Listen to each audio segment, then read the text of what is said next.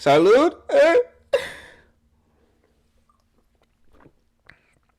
Oh! Just make me want to go to Ohio and fight Ryan Day myself. Oh my God.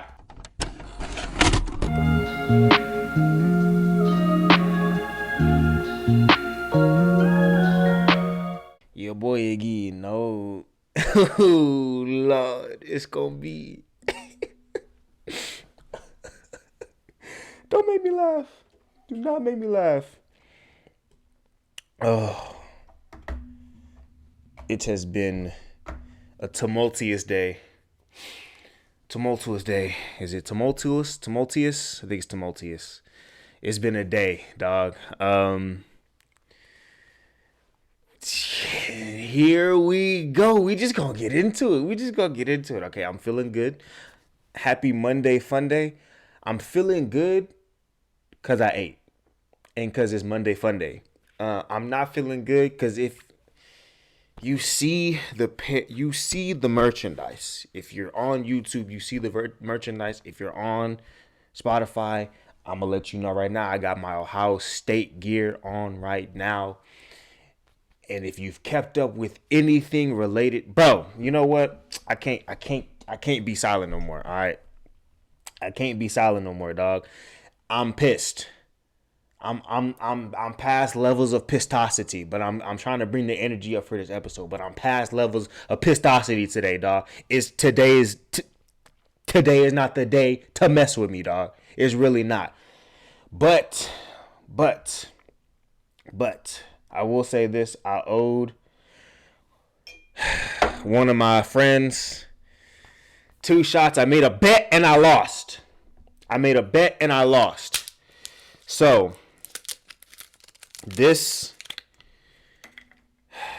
Hold on. I'm doing this on the pod and IRL.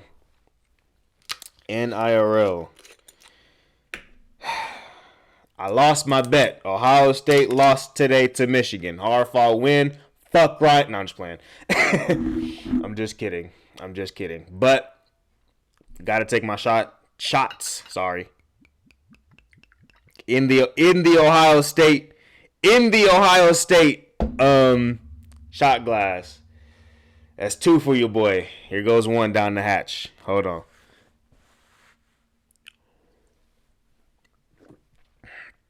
Whew. One more.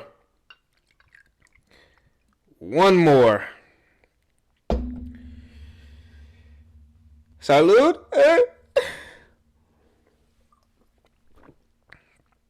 Oh! Just make me want to go to Ohio and fight Ryan Day myself. Oh my God. Oof. If you're under 21, don't drink at all. Alcohol is not it. Oh, Lord. Boy, that put some hair on your chest. Make you want to go fight everybody, bro. What NBA young boy say? What did he say? I got pounds in this beat. I got, like, what? What is he talking about, bro? But lordy here. I got so much to deliberate on, so that's what we're gonna do. We're gonna go ahead and deliberate on this here episode 38, I believe. We're closing in on that 40 mark. That's 40 weeks back to back. But first things first,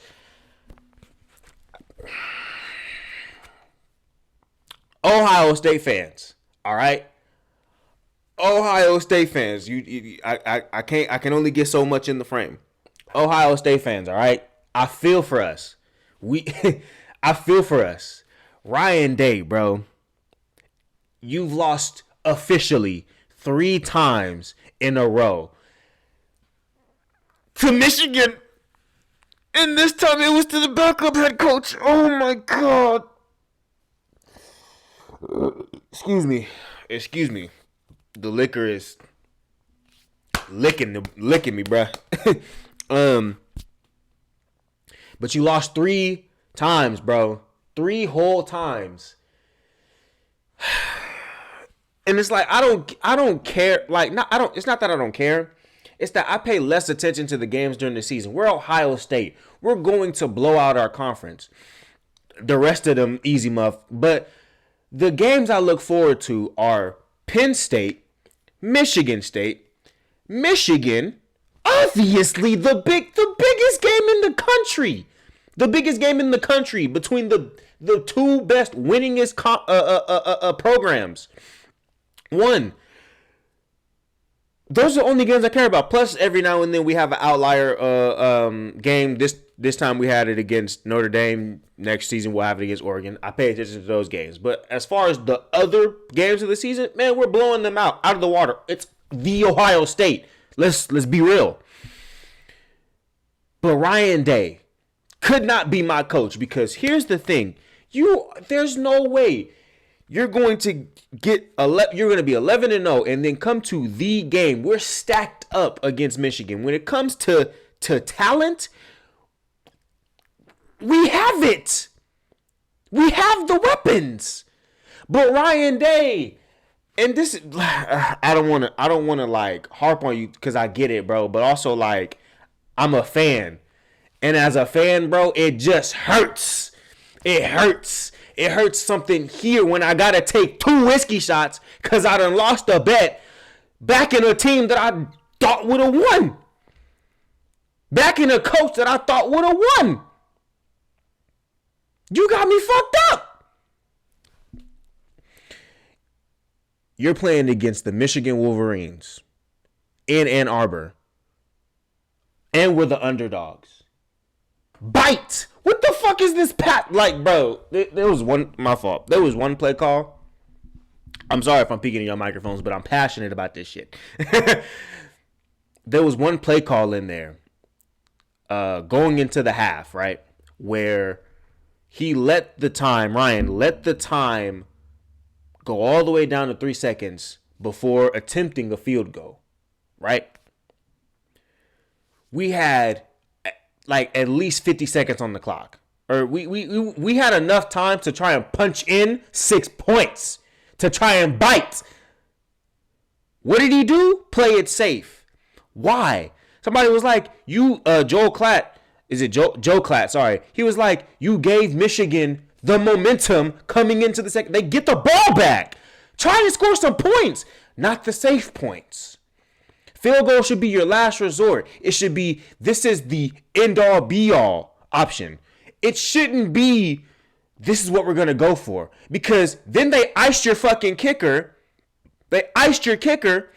He didn't even punch it in. So now we're going down 3. Could have been up 6 or 3. You could have gotten us extra yardage. You didn't. That's one. That's one play that I was just like, beyond me. Horrible play calling. 2, our run defense up the middle. We was knocking them boys in the mouth. We was punching them in the mouth. Yes, they got a few plays on us, but for the most part, we was punching them. We was uppercutting, right? But here's what Michigan did. They said, "Cool, this little inside game isn't really working for us. Let's pitch it outside. Let's do some outside. Let's do some jet sweeps. Let's do some trick plays outside the numbers." The niggas got away with that shit multiple times. Was chewing up the defense when it came to outside plays.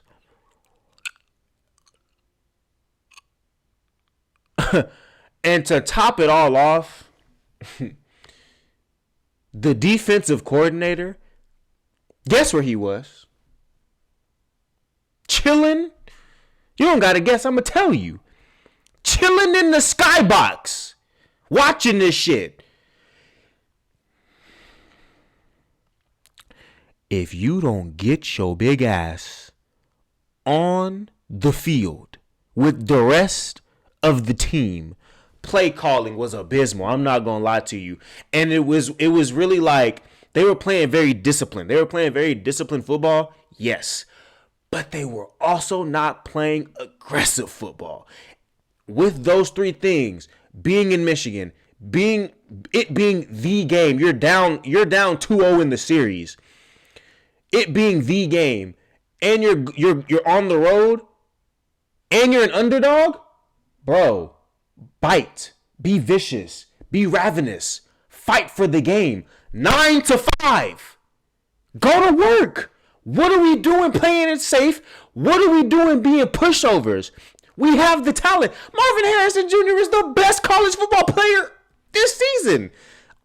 Not even arguably. It's not even up for debate. He is the best. Everybody has said it. He is the best college football player this season. No holds barred. Hands down. So what are we doing? You have talent. You have Igbuka. You have Fleming. You have your tight ends. You have Cade Stowe. Like, you have Travion Henderson and Tranum Sternum. It's not, I said his name wrong. But Tranum. You have the options. Use them. Bite. It is the Ohio State. Why are we playing like just Ohio State? If we was going to play like Ohio State, we should have get rid of the part. Oh man, I have so much, bro. I have so much. I said let's deliberate. I'm sorry if it's a yapping spree. This is my last point, and then I'm gonna move on. But that one call where Michigan got a touchdown to Rowan Wilson, it was JJ McCarthy to Rowan Wilson for 20 touchdown. They ruled it a touchdown. He didn't make not one football move on that ball, and he barely had control. Lucky fucking break, bro. Lucky fucking break. So if anything, I don't count that touchdown, but they gave it to him. It's the officials make the game at the end of the day. There was nothing much I could do about it, bro. I'm not there. If I want to make a change, gotta go officiating. I'm not in the officiating crew. Yes, it was a bullshit call, and I stand by that shit. But tis what tis. I chalked it up to the game. I said, yo, Ohio, you know what we gonna do? We gonna show them Wagwan. We gonna outscore them. They gave them a bullshit TD. We gonna go ahead and make some more points. And it was looking like they was with me. It was looking like they was here with me. Ryan Day was right here with me, and then he fucked up.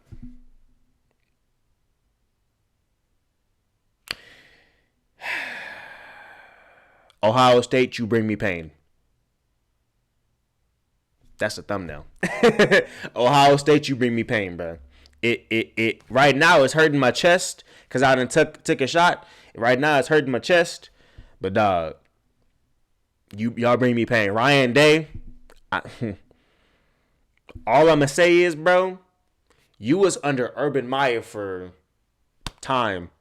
This is a backup head coach that you just lost to. You have the talent. You have probably the best squad you've had. You have probably the best squad.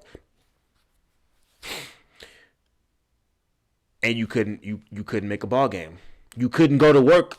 You couldn't 9 to 5 it. It's not all in a day's work. Michigan went to work on you. They even lost a player, a veteran at that, and still went to work on you.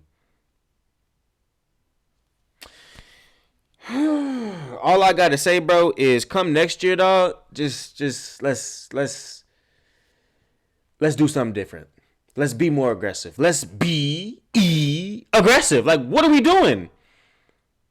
Viciousness, ravenousness. I don't even know if those are words for real. I need that, like, demon time, bro, from the Ohio State offense and defense, because the offense was getting it done, bro. Our run game was absolutely hitting them in the mouth. Our run defense was hitting them in the mouth, and our O-line was hitting them in the gut. Pause. But no, I need more DT, bro. I need more demon time, bro. Like, I don't know what mindset I got to get. I don't know what cornbread I got to feed these niggas, but, like, for real, I need more. I need that 2015 feel. I need that 2015 feel, bro. That Cardell Jones, that Ezekiel Elliott, just hunger for the win. Y'all not hungry for the win. It don't feel like y'all hungry for the win no more, except for Marvin Harrison. He's doing crazy shit. Other than him and Travion Henderson, the rest of y'all don't. And Eichenberg, the rest of y'all not hungry, bro. Y'all not ravenous about it. It's time to eat. Y'all got next season. But with that being said, thank you for joining my yapping session. This is the Your Story podcast with yours truly, Rodney J. Salter. There is an applause track. Go ahead and applause to it. I live for the applause. Whatever Lady Gaga said in that dope ass song. Yes. If you are seeing the Ohio State merchandise, you already know where you are. You are on the YouTube space, so you know what to do at this point. It's damn near 40 episodes in. You know what to do at this point. Like, subscribe, hit that bell, share, leave a comment, do all those things you know what to do on the YouTube space, because I like to see y'all. And then if you are listening to the smooth, sultry sounds of my voice, that means you are on Spotify. Go ahead and do yourself a favor. Like the channel, follow the channel, hit that share button, hit that bell so you know when I'm uploading. It's always on Monday Fun Days. I got y'all. It's on the Southern Front. I know hours be different, but hold on. Do those things you know to do. But I'm getting off the Ohio State because I'll sit here and take up a whole 45, because you know that's how long I'm going to be with you. 45 talking about the bullshit Ohio State went through this season. You bring me pain. Ohio State, you bring me pain. But anyways, so last episode, I read a creepypasta from Reddit titled "My Friend Moved Out to," what is it called? I got you. Let me not recall it by memory. You know it's the liquor's licking me. Titled "My Friend Moved to a Town Where People Aren't Allowed to Take Photos." This is the third part, third and final part. It should be. Hold on, I got you real quick. I should have had it pulled up. You right? I'm sorry. So, my friend moved to a town where people aren't allowed to take photos. They had a job for me. I'm going to put it right here. All right. When we got home, Bryce asked for a few hours to de-stress before my barrage of questions. Remember, hold on. Let me time out on the play.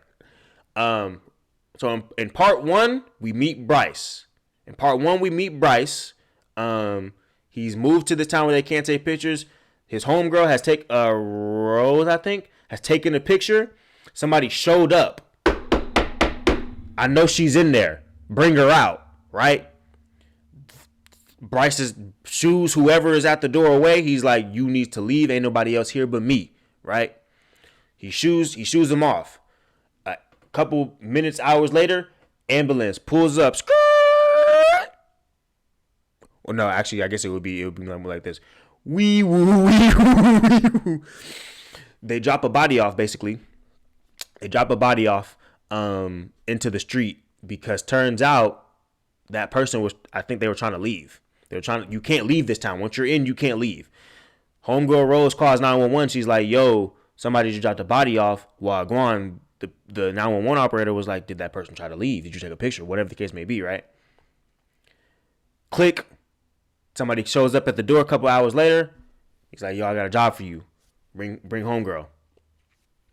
Bryce leaves for a few hours, comes back. This is in part two. Leaves for a few hours, comes back, takes Rose with him. He's like, yo, we got to go. We have a job. Get ready, right? Takes Rose. They go down to this building. They're here to do an audit. That's all they can say. Here for an audit. Friends of, I don't know, Meredith Lane. That's her name. Friends of Meredith Lane. All right. Who's Meredith Lane? We don't know. I'm thinking it's the mayor of this bullshit ass, weird ass town. Stick with me. So they go to these different rooms. They go to a meeting. Everybody in the meeting room turns around. They're like, no. What's? Bryce says, here for an audit. Carry on. They carry on. Next room, right? Bryce goes to the next room, to what looks to be this torture room, right? That's where we meet Meredith Lane. So it turns out Meredith Lane isn't a mayor or nothing. She's just this tortured woman. So she's been beaten within like an inch of her life, damn near. But she says, I'm alive. Nah, no, ma'am, you are not. But they're supposed to be friends of Meredith Lane. They're here for an audit, whatever the case may be. So Rose, the friend that came to the town, she's like, I can't do this. This town is weird. I need a breather.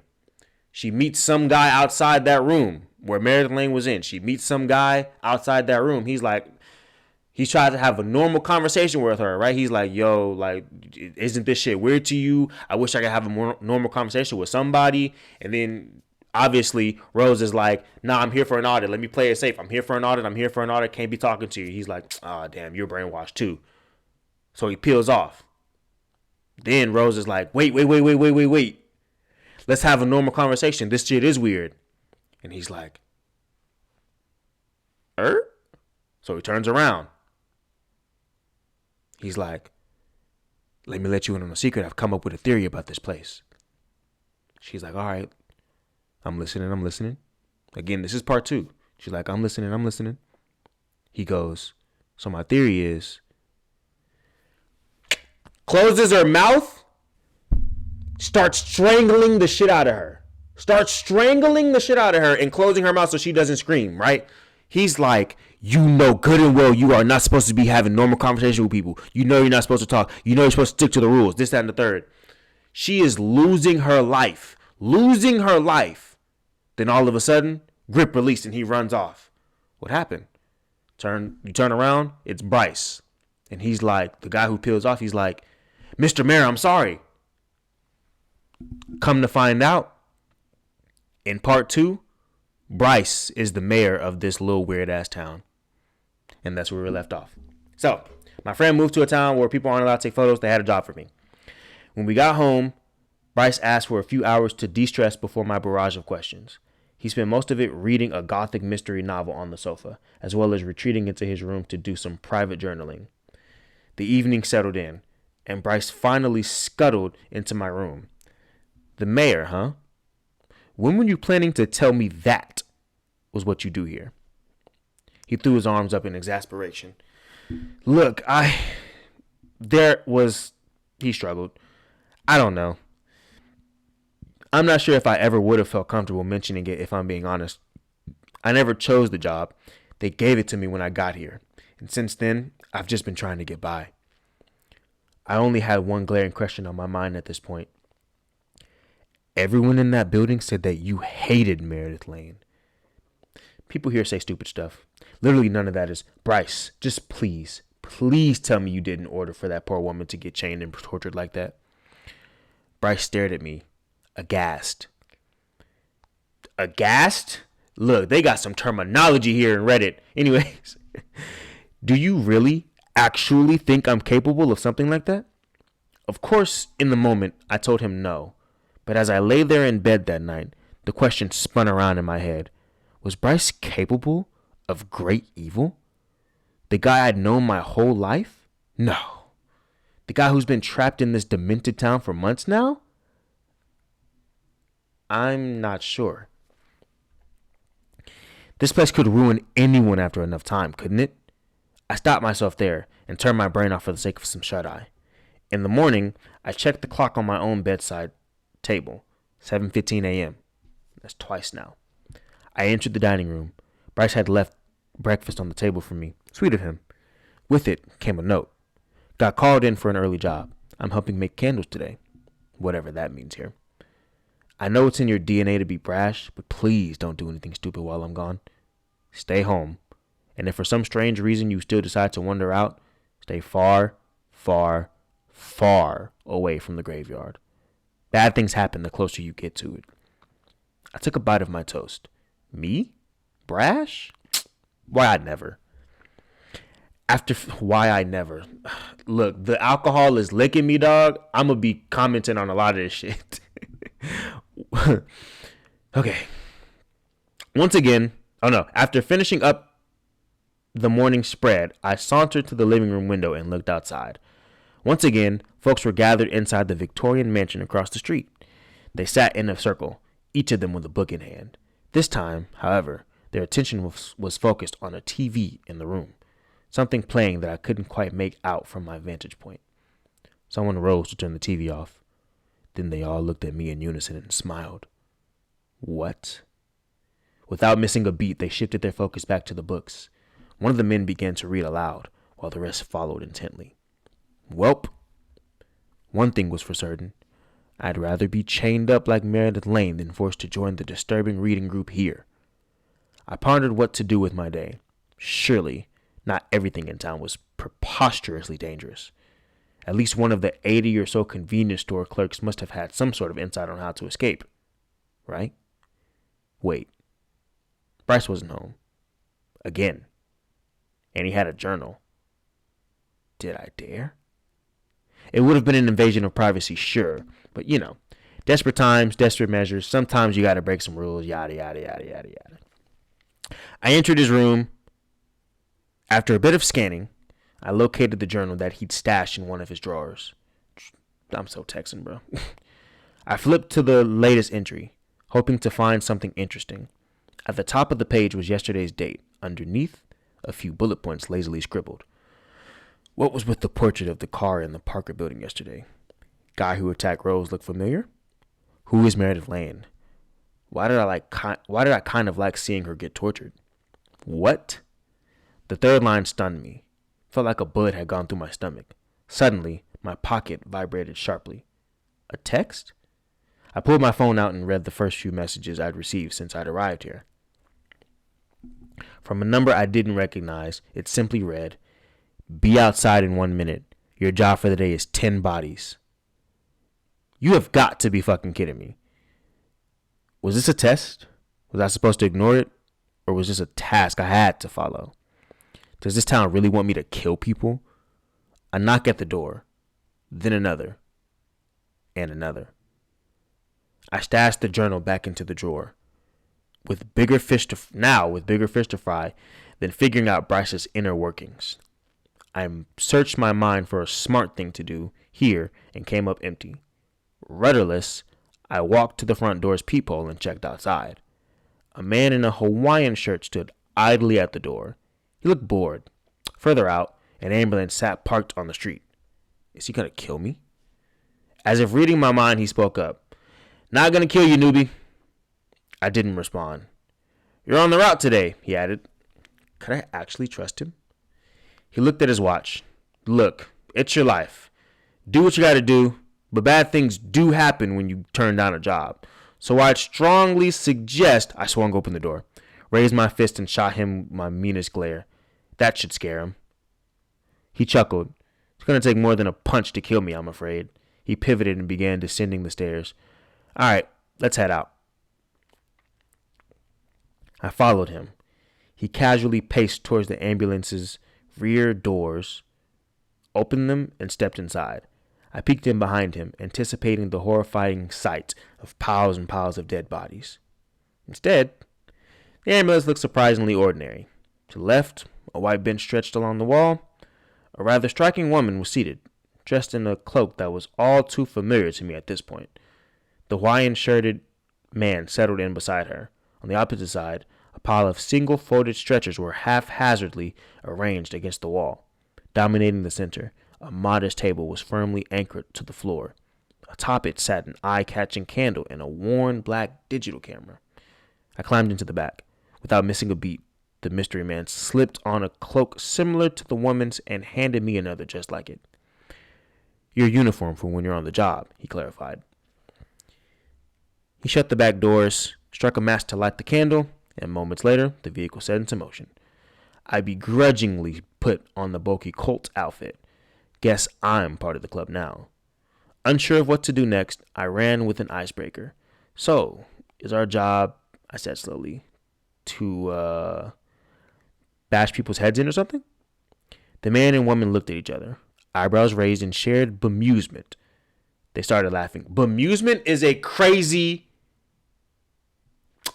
I'm looking that up after this. Oh, you newcomers, the man said, wiping away a tear. So good. Yes, the woman tagged. We use terrifying black magic rituals to punish all those who try to leave. And sometimes, when the magic doesn't work, we resort to the ancient art of stick throwing. She nodded. Never underestimate a well-aimed twig. Dorky giggles permeated their sarcastic ribbing. It was annoying. Look, clearly you two are having a ball right now, but can you just say it plainly? You don't kill people, right? Right, the woman responded, more seriously. Some of us just want to get through the cursed day and go home. Fair enough, lady. It was an interesting ambulance ride.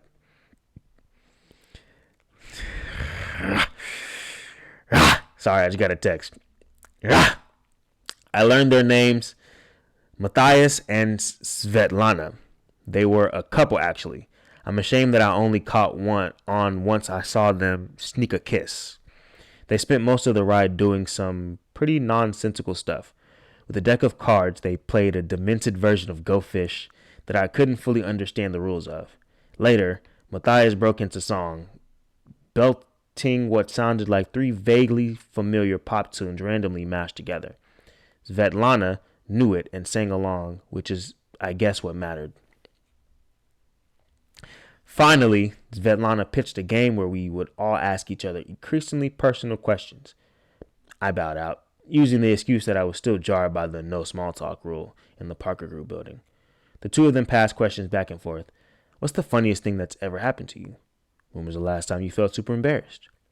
And then, rather innocently, from Svetlana to Matthias, I don't know. What was the happiest moment of your life? He looked back at her wistfully. The day I met you. She held her hand to his cheek, and they shared a genuinely loving gaze. Barf, barf, barf, barf, barf, gay, Their words, not mine. Too much, please, make it stop. The ambulance screeched to a halt. The driver called out, all right, body retrieval. Let's go. My colleague shifted to a more somber tone. They opened the rear exit and stepped out. I followed. We had stopped at a house. There, on the grass before us, a man lay dead, a camera in his hand. His twisted neck, contorted body, and protruding bones gave me flashbacks to Meredith. 2 police officers stood over him. They regarded us as we walked up. Took a photo of himself. Sucker's way out, one said. The other officer chimed in. You gotta question the logic. Did he think this would somehow be a shorter death? The first mimed taking a photo, voice high-pitched in imitation.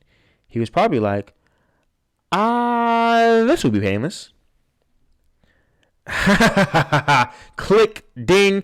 Wait, why am I not dead? Wait, what's that? Making jokes of the dead is not funny, dog. Matthias pulled a stretcher from the ambulance, sitting it next to the lifeless figure while the officers laughed. Together, he and Svetlana softly lifted the body onto it. What the hell? Why are all of you so damn glum? One of the officers said. He turned to me. You specifically. Svetlana and Matthias lifted the stretcher and brought it into the ambulance. The officers closed their distance with me. You're pretty tense, the second officer remarked. Maybe living with the mayor is starting to take its toll on you. How do they know? Matthias called from the ambulance. All right, let's go, Rose. But I couldn't move. The collective stare of the officers had me petrified. The first officer leaned in closer. I'm sure you know the mayor is terrified of cops, don't you? He has a whole page about it in that diary of his you snooped this morning. How could they possibly know? What? Do you not realize we see everything? Do you actually think your rule breaking is going unnoticed? I backed away from them as if they were 2 lurking panthers. No sudden movements. Calm. Deliberate. Any misstep could spell doom. Gently, I felt for the edge of the ambulance before hoisting myself through the rear doors. I closed them behind me. Mercifully, the ambulance rolled forward. I settled into my seat as the fear subsided. Involuntarily, my eyes swelled up. Matthias placed a hand on my shoulder. Svetlana gently touched my arm. Don't worry about those creeps, said Matthias. Those shits won't do anything to you, she added. They'll just talk. I appreciated the gesture.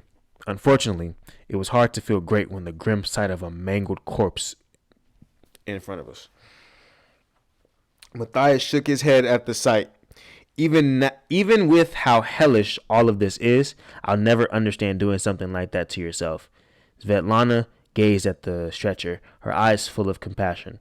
Perhaps he just wasn't strong enough to handle it anymore. Matthias shrugged. Despite some weak attempts at small talk from all three of us, it was hard to shake the dismal air now permeating the ambulance. The ride went on for a good while, until, "Destination!" the driver called. The vehicle jolted to a stop. Svetlana pushed the doors open, revealing a vast forest expanse. The trees, though large, were spread out and sparse. In the distance, I spotted a thick white fog that seemingly stretched on out into eternity. We were at the edge of town. One by one, we exited the ambulance, our steps crouching on the leaves underneath. The rear doors had been left ajar. "Okay," I started. "So what do we—" I was interrupted by the click of a camera. I shuddered. Svetlana held me still as the sound of another click went off, then another. "What's happening?" "Don't worry," she soothed. "We only have to collect the bodies." I realized that each echo of a click was accompanied with a piercing flash contained within the smothering mist ahead of us. What was this? A gentleman I barely had time to notice stepped out from behind a nearby tree and paced toward the fog. He muttered under his breath, "It'll be okay. It'll all be okay. Just a quick snap. I won't even feel it. Then I'll be free." He crossed the threshold into the fog and ventured deeper, becoming more of a faint trace with each step.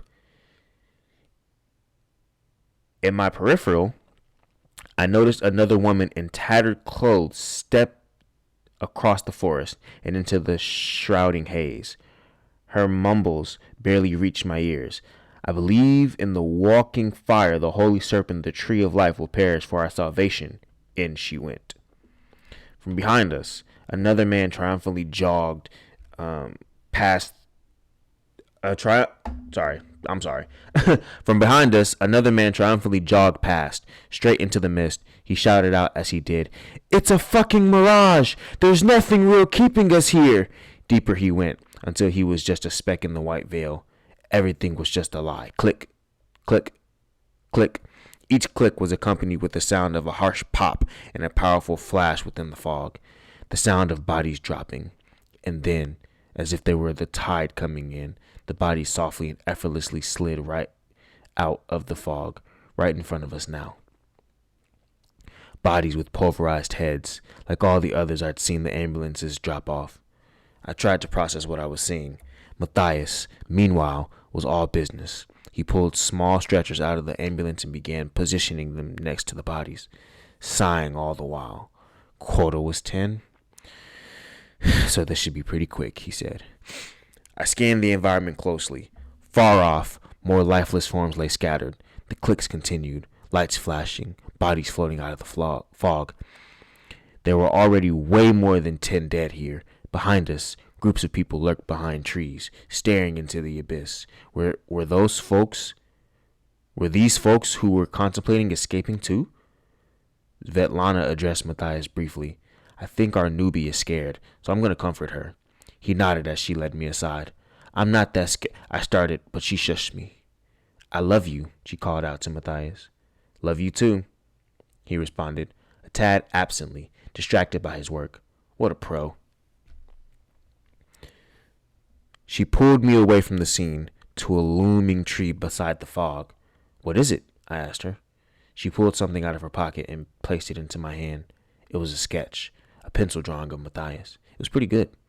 I drew it for him one random night. I'm very grateful that sketches aren't illegal. A quiet laugh following her words. I shot her a confused look. She smiled. "Please give it to him." "Okay." Sure," I said. "Why?" She took a deep breath, then turned around and disappeared into the fog. "Wait, what are you—" Click. She was close enough that I saw the flash cave in her head. Before she even hit the ground, her corpse was pulled out of the fog and brought to my feet. Fuck. I just dropped so many F-bombs right there. In disbelief, I wandered back to Matthias. He was in the midst of loading another body into the already full-looking ambulance. "Finally deciding to help, eh?" he said, presumably hearing my steps. I couldn't say anything. He turned around in response to my silence. Why are you crying? I'd clearly forgotten how to talk. He walked up to me, his gaze lowering to the item in my hand. I passed it to him.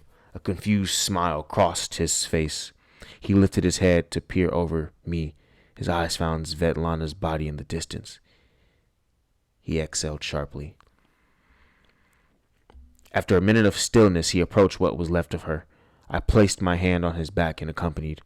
Walking that small distance felt like a lifetime. Finally, she was in front of us. Matthias looked down at her lovingly. She never isn't beautiful. The best I could muster up in response was a platitude. She really loved you, you know. He scrunched up a smile. And I? Her. He stood. He put the sketch into his cloak pocket, then lovingly tapped it after placing. So, the good news is, I've already loaded 8.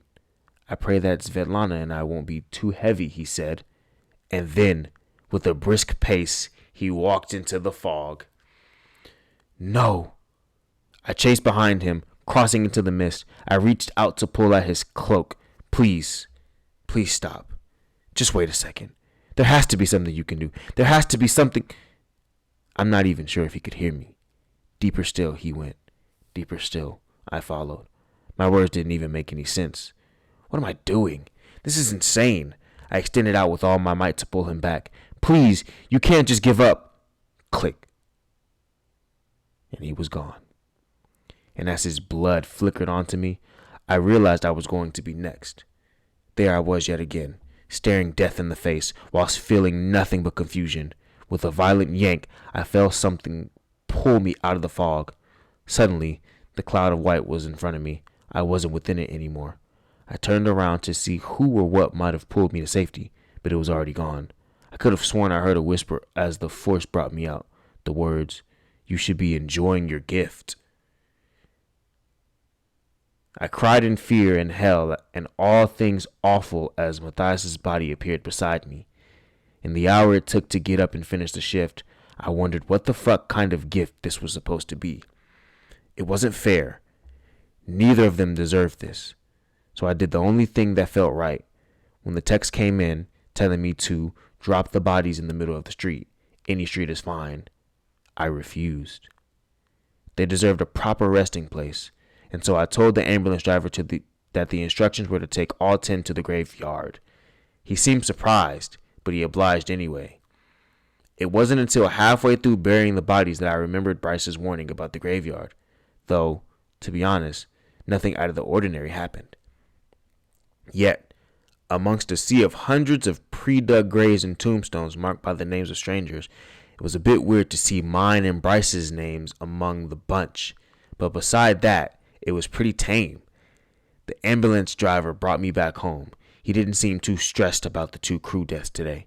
His logic was, it's unfortunate, but that's the way things go. When I pressed him on what he meant, he said, there's a certain decency to letting things go. A decency in allowing death to be death and not fighting it, and not being the kind of person who tampers with that reality. Okay, Freud. When I got home, I remembered Bryce's unnerving journal entry and tried to muster up the sanity to finally start being afraid of him, but I just couldn't. He's harmless. I know he is. Though, I will say, he's acting pretty weird right now. He's staring out the living room window at the Victorian mansion across the street. He's holding one of his mystery novels in his hand. He keeps saying, I get it now. I get it now. I get it now. And he's starting to look a bit frenzied. I'll ask him what's going on once he calms down a bit. And that was part 3. I lied. There's another part. There's a part 4. I will read that next week. Read that for y'all next Monday. But wow.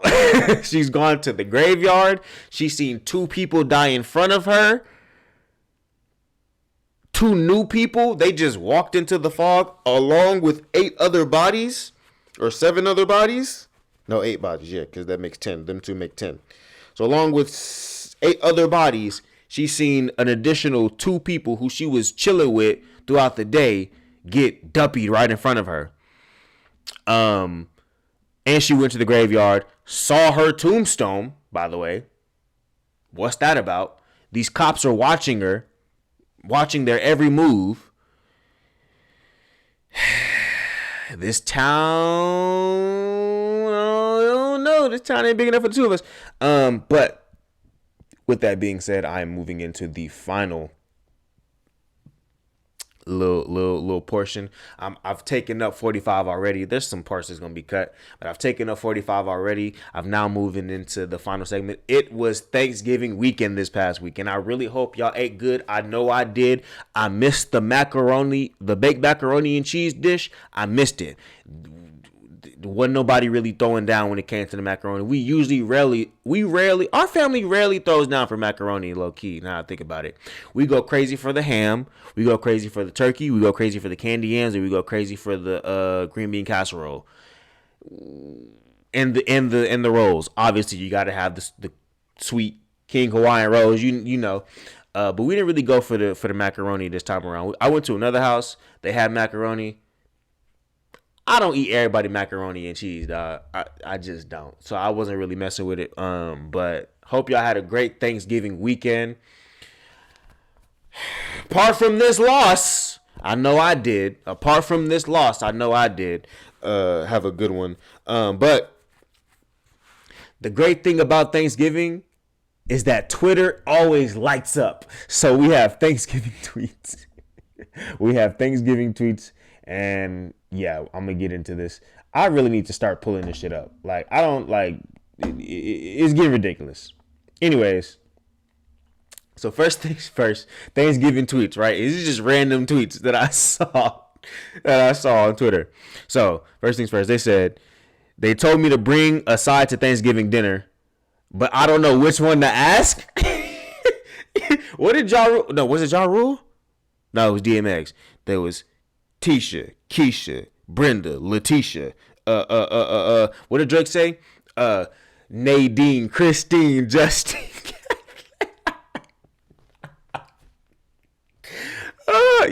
No. Horror activities. All right.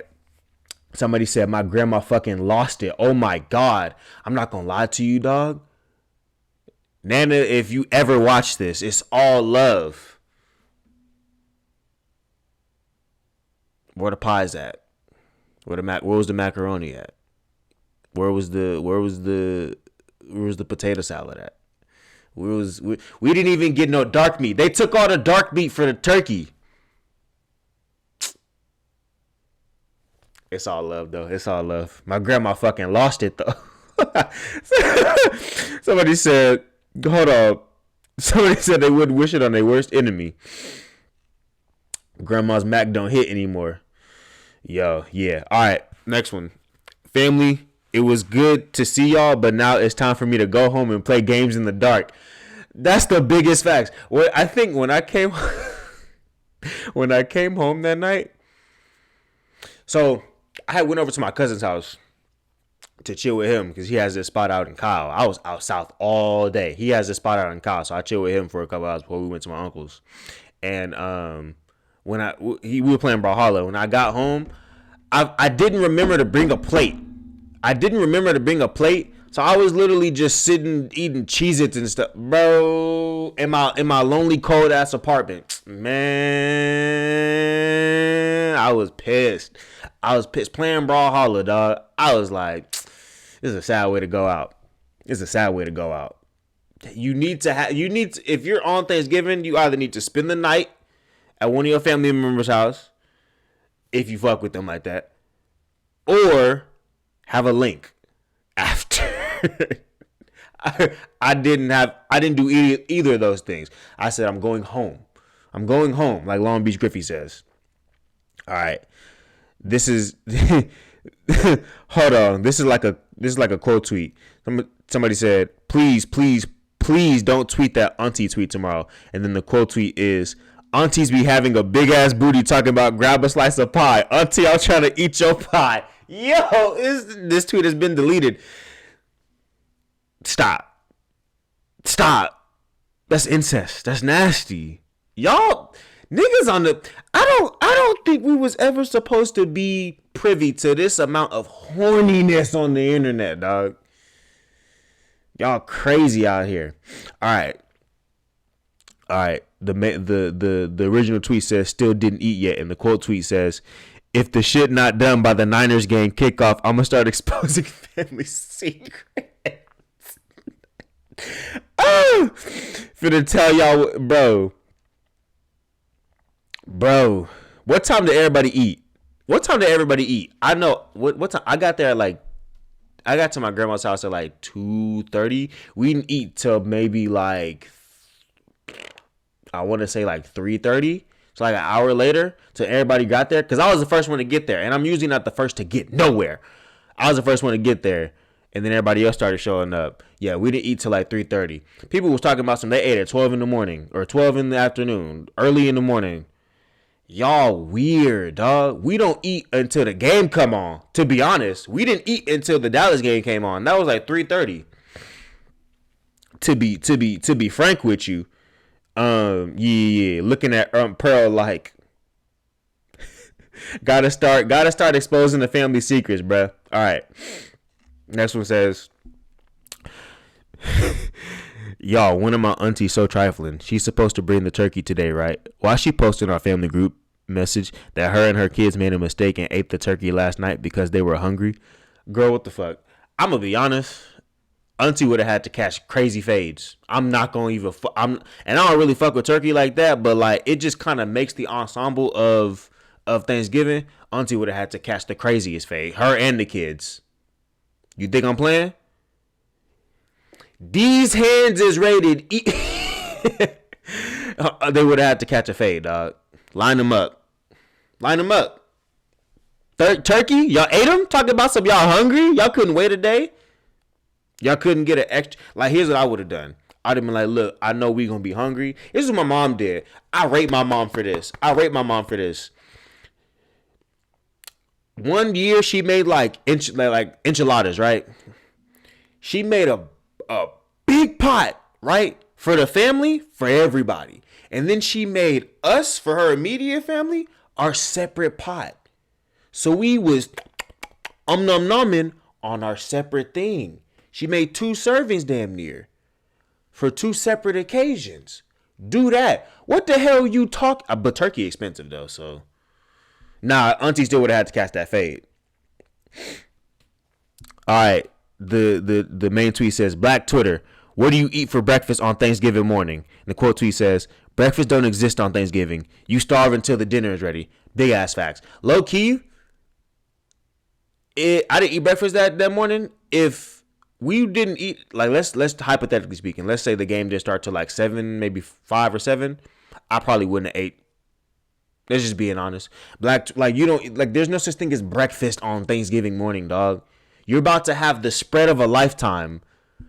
What? Somebody said the correct answer for what do you eat for breakfast what do you eat for breakfast on Thanksgiving morning is thoughts and prayers, because you're supposed to starve until 3 to 5 when the food is done. Facts. Somebody said they about to eat this spliff to the face. You're going to have munchies by the time. You're going to have munchies like crazy. Man, them people who get, for the ones that get blazed and then come back, talking about let's go take a walk and then come back and the food not ready, I know y'all be ready to fight. I would. Because if I got crazy if I took an edible and I got crazy munchies, and you talking about the food ain't gonna be ready for another hour? Knuckles. We have started eating at 11:45 a.m. for the last 6 years because I have hosted it. People are napping by 2 p.m., watching football, playing spades, and getting seconds. House clear out by 7 p.m.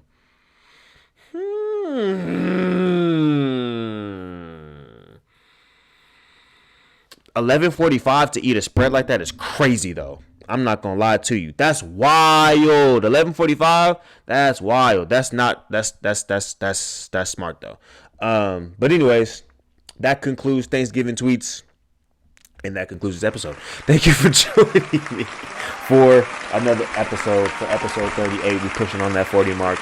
I gotta take another shot, and this one isn't because Ohio State lost. This is just a celebratory shot because I'm feeling good. And because I got some food on the way.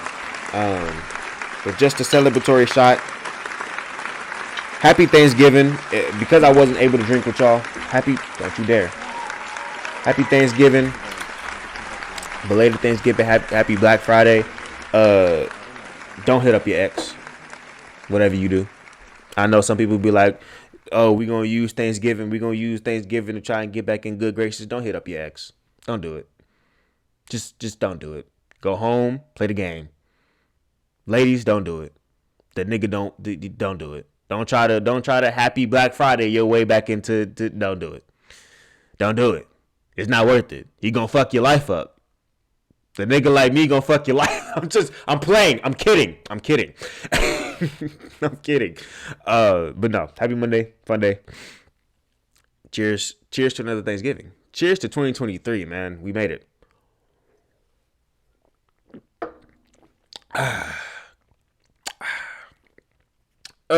Anyways, if you're on YouTube and you are seeing everything Ohio State oriented, like, subscribe, share, do all those things you know what to do.